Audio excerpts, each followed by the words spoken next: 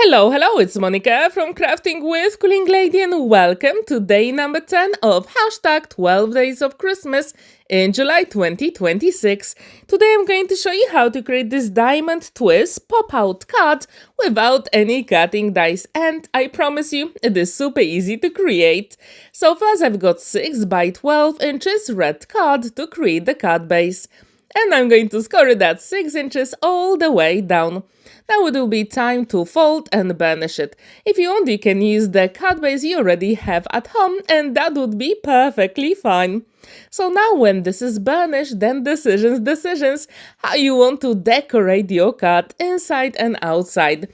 So from my stash, again, I'm going to use Holly Jolly collection from Minty Papers.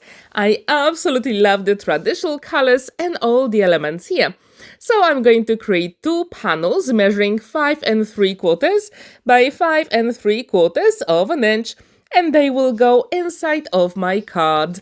If you haven't heard about hashtag 12 days of Christmas in July 2026, it is hosted by Monica Papermona. And together with Katarina, we're going to provide you beautiful Christmas inspiration. So this one is ready. Now it will be time to create the mechanism. And to do it, I decided to use green card to have traditional colors on my card. So I need a panel measuring 5 1/2 by 5 1/2 of an inch. Now I'm going to score it at 2 3/4 all the way down, turn it 90 degrees and 2 3/4, but only to the score line. And I'm going to repeat the process on the other green square. So again, it's 5 1/2 by 5 1/2. I'm going to score it all the way to 5 3/4 and then 2 3/4 only to the score line. Now I'm going to cut off the excess. Means actually I'm going to cut off 1 square. Really quick, simple, and really cool mechanism later on. So here I'm going to use my scissors, and this one is, as I told you, very easy and effective, and you'll have that pop-out element as well. If you've never ever tried this card, I really hope you will give it a go. So 1 is ready. Now I'm going to repeat the process on the other element. And what's really good about any scoring board, if you have the black line like I've got it here, it will make your job easier with many scoring elements. And that's what I'm going to do here. So first I'm going to place it here, and my black line will be exactly diagonal line here, and I'm going to score it.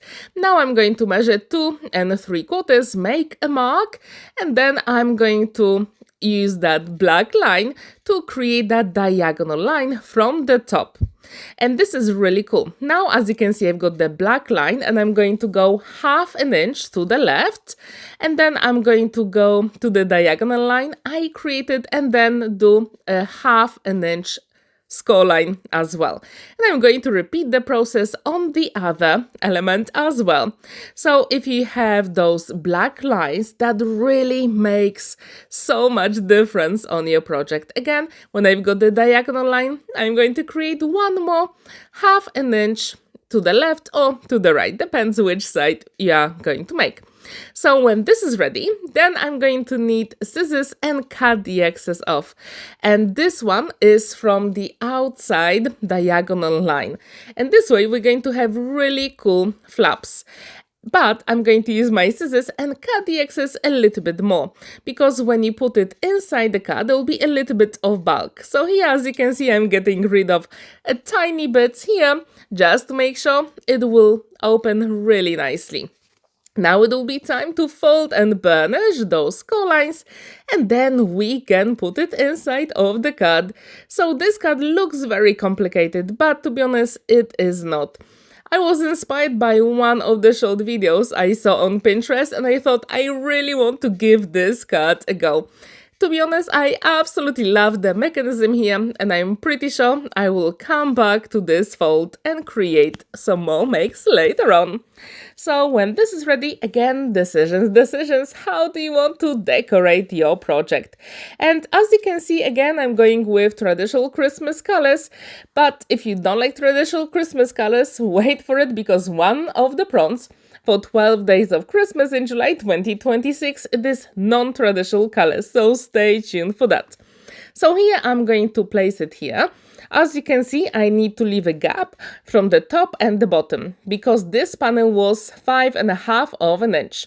I'm going to put the liquid glue here on the flaps, and then I'm going to make sure it is lined up with the middle score line in my card base. And this is very crucial. So take your time when you adhere those elements. Of course, you can burnish it just to make sure the glue is set. And look, when you close the card, it actually moves really nicely. So now I'm going to repeat the process with the other elements. Again, I'm going to put the liquid glue on the flaps, then the right hand side will go underneath the element that you can see already in the card. So this one, if you use liquid glue, that really makes a difference because you will have time to maneuver the elements if you make a mistake.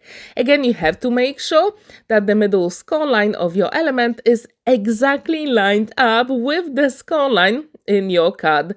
So we do have that, let's say, diamond element here. Now it is time to burnish that element and then you can decorate it. So what do you think about this pop-out element? Do you like it? Please let me know in the comments down below. Now I'm going to use 2 elements from that beautiful design papers. Of course I had to use the elves because why not? So these elements measure 2.5 by 2.5 of an inch, and this way I'm going to have a nice green border around them. Of course you can use whatever is in your stash to create your beautiful Christmas project, and don't forget to check Monica's and Katarina's designs as well because their cards are simply gorgeous. So now it will be time to decorate the front of the card, and again I use the same collection. This time I'm going to use the Christmas tree and the elf, and I created a panel measuring 5.75 by 5.75. Super quick and simple to create this card. To be honest, all together it took me 20 minutes to make, so I think for a fancy fold and pop-out element, this is really quick make. So when this is ready, we need a sentiment, and here I decided not to use any frame on it. All I'm going to do is to use double-sided foam adhesive for extra dimension, and literally that is it. Of course, we're going to create a panel that will go at the back of the card, so you will have space to write your message for Christmas. Because as you can see inside of the card, I try to make sure I've got a Christmas scene, so I'm not going to write there anything. So the sentiment will be nearly ready. It's always a good idea to add a few drops of liquid glue on your double-sided foam adhesive, and then you will make sure it will stay there forever. Yeah, I couldn't decide where to put the sentiment. Always decisions, right? So now I'm going to create a white panel that will go at the back of the card, and the card will be completed. So this one measures 5.5 by 5.5 of an inch. I'm going to use my liquid glue because I will have time to maneuver the elements. And when this is ready, the card stands proudly on a flat surface, and you do have space to write a very long, nice message. So what do you think about this diamond twist pop-out card? Do you like it? Please let me know in the comments down below, and I really hope you'll feel inspired by our Christmas makes, and don't forget that all the information about this hashtag 12 days of Christmas in July 2026 is in the description down below together with all the prompts. And I know that some of the crafters already shared their beautiful makes on social media. Have a wonderful day and see you tomorrow for more inspiration. Happy crafting! Bye for now!